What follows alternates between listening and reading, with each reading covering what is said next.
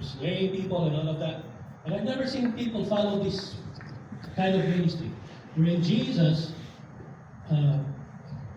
was approached by friends with the blind man, and he took them out of the village. He had to take them out of the village of Bethesda.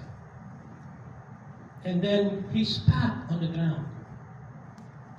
And then he laid his hands, made a mud, and laid his hands on the man, and he started to see. Any pastor willing to have a God speaking ministry? Anyone needs prayer? Nobody will do that, right? But he asked the man, "What do you see?" He didn't say, "Can you see?" He said, "What do you see?" And he said, "I see people like trees walking." Basically, that's it. I see trees walking, basically. Then Jesus touched him again. And then he began to see clearly. The point of this message is this. Most of us has been touched by the Lord because we have been born into God's family. We are Christians. But every now and then, something creeps into our lives that makes our vision blurred. We don't see clearly. We need a second touch, maybe even a third touch. And I pray today, if you've been touched by the Lord before, you know Him as Lord and Savior, praise God, but you may need another touch to kindle the fire, to have a new vision, a clearer vision. Or if you have not yet received Jesus, you need the first touch. Because you see, in life, we will always need to be touched by God, so we can be more what He wants us to be. Thank you. The song is called Pangalawang Himog, Second Touch.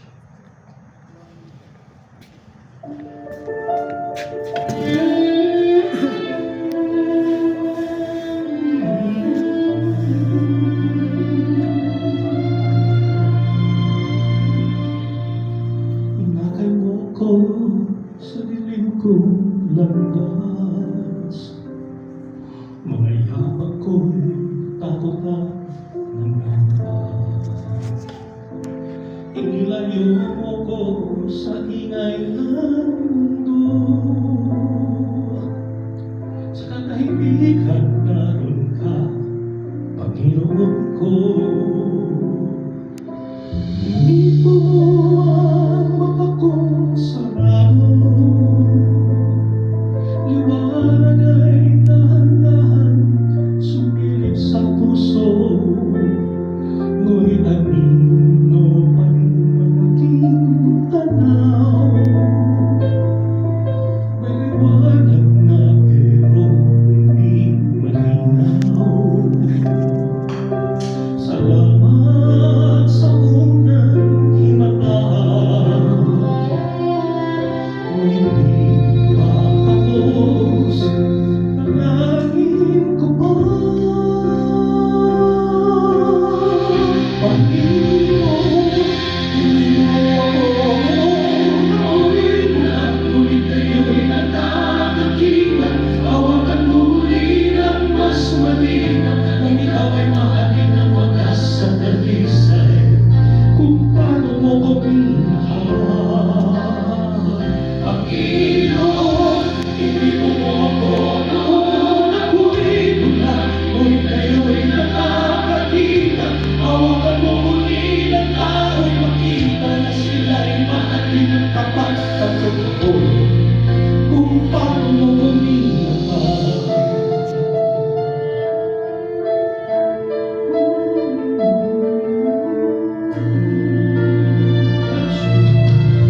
Hindi lang mata ang nais mong buksan, kundi puso ng nagpatawag at nagmahal. Alisin mo ang yaman at galing.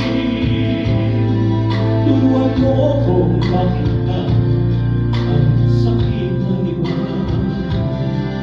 Tingin mo ng haba ng bawat sandali.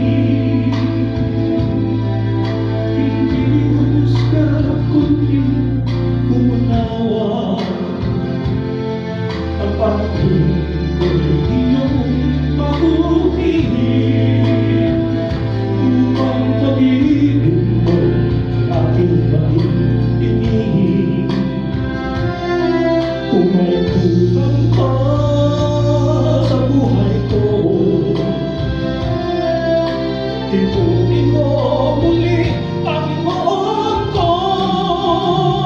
Panginoon, hindi mo ako roon. Ako'y bulag, ngunit ngayon'y nakakakita.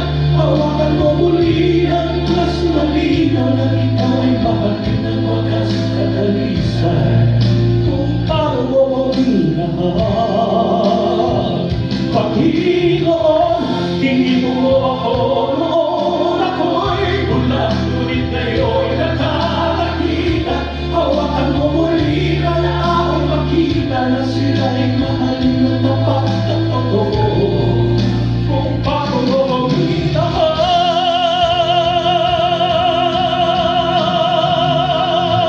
Panginoon, hindi mo ako noon. Ako'y bulag, ngunit ngayon'y nakakakita. Hawakan mo muli ng mas malinaw na ikaw'y mahalin ng wagas at dalisay. Kung paano mo ko minahal, Panginoon, hindi mo ako noon. Ako'y bulag, ngunit ngayon'y nakakakita. Hawakan mo muli lang ako'y makita na sila'y mahalin ng tapat at totoo. Kung paano mo ko minahal, mula sa labot tungo sa ilaw, mula sa takot tungo sa linaw. Hindi ka nahakin kung ito. Baguhin mo ang puso ko. Pag-ibig mo ang aking mata. Habag mo ang aking paningin. Ipag mo muli, palinawin mo. Pag-ibig mo ang makita ko.